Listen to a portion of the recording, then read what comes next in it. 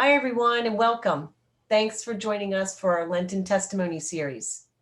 Each week of Lent, we will be sharing a testimony video related to the Sunday Mass readings in the Year B cycle. My name is Maria, and I'm a parishioner at Mary, Mother of the Redeemer Parish. And this week, we are looking at Palm Sunday, the Lord's Passion. And the person here to share his testimony with us is Mike. Welcome, Mike. Thanks for being here. Hi, Maria. How are you? Good, good. Thanks for joining me. All right. So this week's theme is a time to weep. This week we reflect on Isaiah chapter 50, where we hear, "I gave my back to those who struck me." So, Mike, tell us, what does this theme, a time to weep, mean to you, and how does that resonate with you in your spiritual journey? Thank you. That's a great question, Maria. And in fact, in preparing for this, as I read it the first time, um, it struck me in a very unexpected way. Um, what I mean by that is the theme is a time to weep.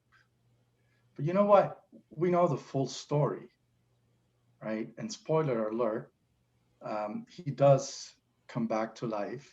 God raises him from the dead, and he's sitting at the right hand of the Father. So my first reaction was, I know what's going to happen. I know what happened, right? And in my experience in reading other versions of the Passion, um, you see, when I read the Gospels, I use a lot of imagination. I like to see myself in the story, and usually what happens is that somewhere in that story, one of the characters, whether it's a character that is specifically mentioned, or it's just the people that may have been just spectators, just standing around, um, usually says something about me. It's almost like God is trying to tell me something at that moment. Um, so this time was no different. This is Mark's version of the Passion. Um, and I guess, I'll start with the person of Jesus himself, right? Um, Jesus, these readings, I mean, what we see here is a person that has been totally abandoned, dejected, mocked, spat upon, punched. Um, a person that, he's sent down by the Father for for our own sake, right? Um, if you go through the different parts of the story, he's having this dinner with his apostles, right? And he says to them, someone here is going to betray me, right? See, he's already feeling it. And everyone says, is it I? Is it I? And Peter, the usual Peter, says, even if I die, even if I have to die, I will not deny you. I'll be with you all along. And we know what happened to Peter, right? Then we see Jesus at the garden with Peter, John, and James. And what does he say? My soul is very sorrowful, even to death. Remain here and watch. And then he goes away to pray, and gut-wrenching prayer. He comes back, and his friends, his closest friends, are asleep. Even after he told them, I'm scared, I'm sorrowful. He goes away 3 times. He does this, and they're asleep. And his comment is, the spirit is willing, but the flesh, you know. We even see Jesus at the garden pleading with the Father, and this is probably my favorite part of the whole Bible. Is Jesus' humanity, expressing his humanity. Please remove this cup away from me if it's your will. Right?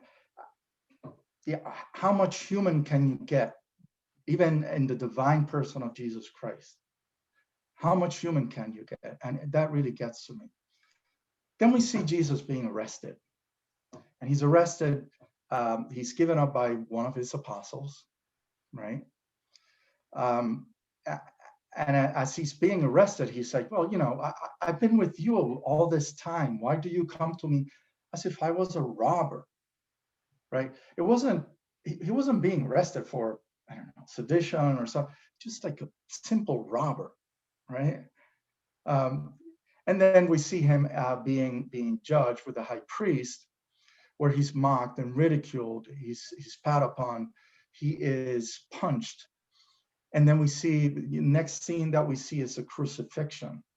And there are a couple of things that kind of makes me feel, gee, it couldn't get any worse, right? But it gets worse. He's stripped of all his clothes, and right in front of him, they're casting lots to see who keeps that, because they know he's not going to live and not going to need him again. They put two robbers next to him.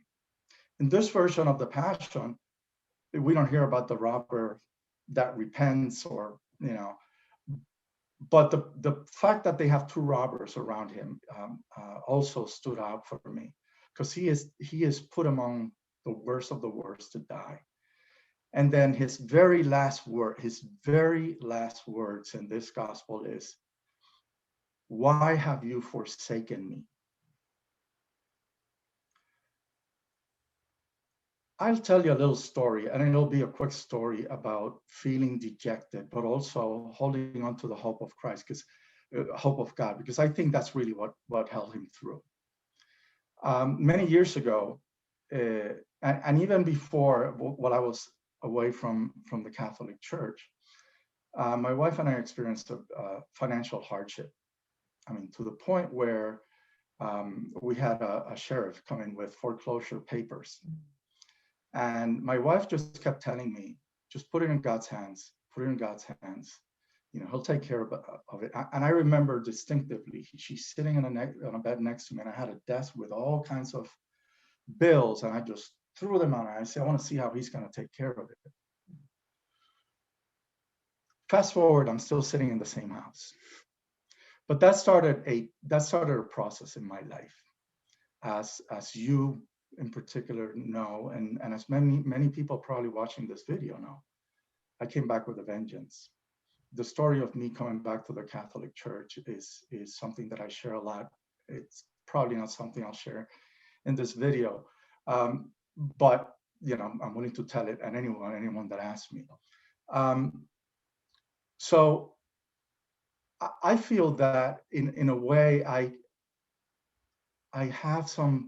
understand what Jesus was going through, being dejected, being abandoned, being, everyone runs away.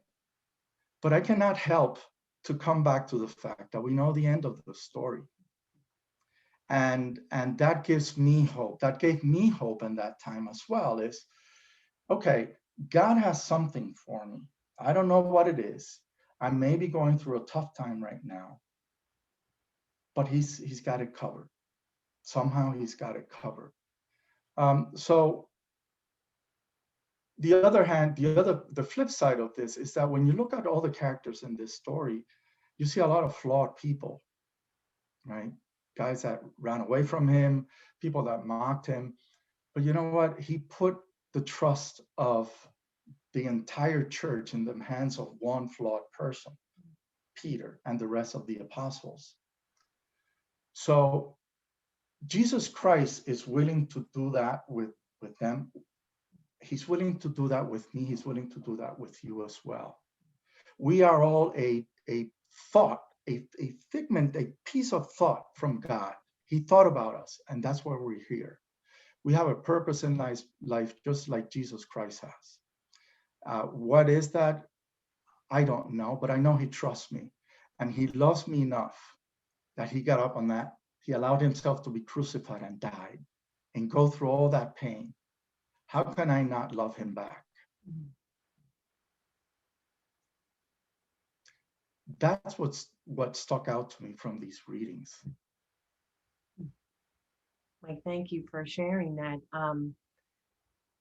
what you said is so true. Even Jesus himself was like, my God, why have you forsaken me? Like, so he really, even himself in that humanity experienced this tremendous, even that just calling out, and like you were describing about how you just push those papers aside, kind of like, I don't see a way kind of thing, at the time anyway, and it's it's powerful. Thank you for sharing that, because we've all been there, like you said. At some point or Mhm. another, we all get to that point.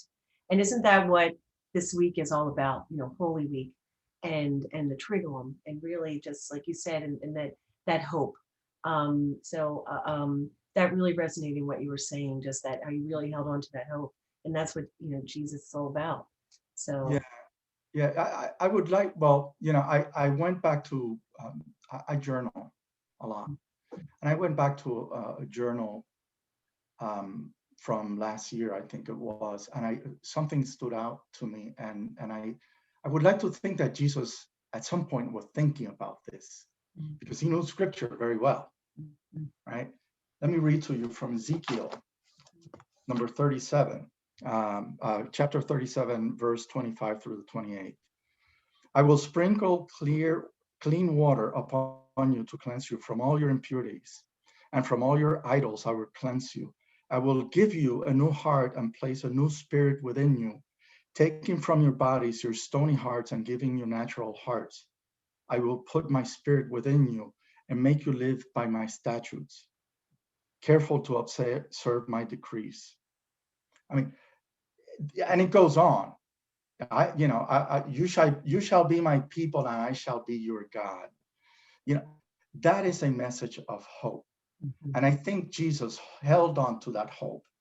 And as our supreme commander, the model that we are to follow, we should also rest in that hope that no matter what we're going through, God has us covered.